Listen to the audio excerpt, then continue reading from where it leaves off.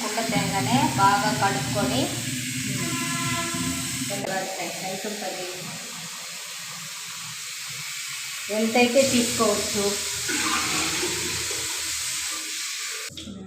కారినా కానీ ఈ కుండ కూలింగ్ వచ్చి నీళ్ళు కారినా కానీ ఇలాగే బండ మీద వచ్చి ఇట్లాగే పోతుంది.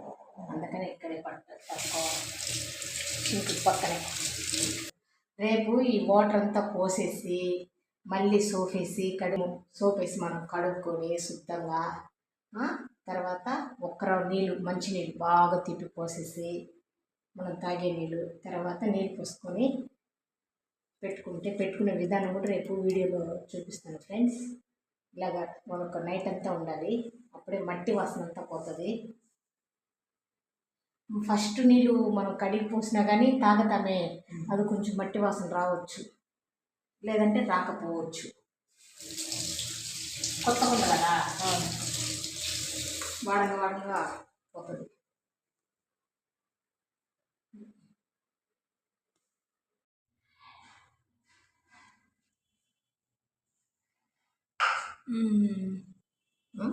బాగుండదు, లీక్లే బాగా మెత్తగా చేస్తున్నారు.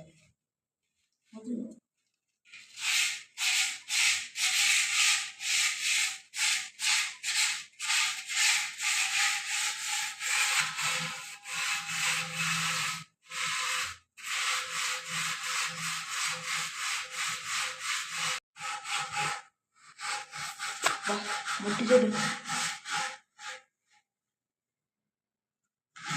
ఇట్టే వస్తుందా, చచ్చిపోయినా ఉంటుంది వచ్చింది చేపలకి.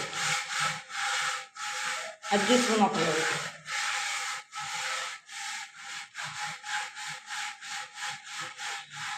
ఇంకొకసారి కడతానైనా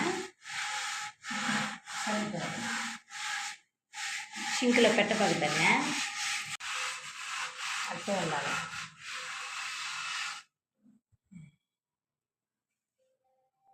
అంతేలే, బయటకు రావాలా?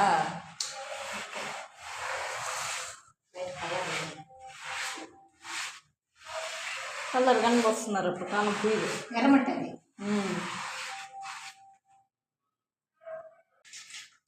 వేరే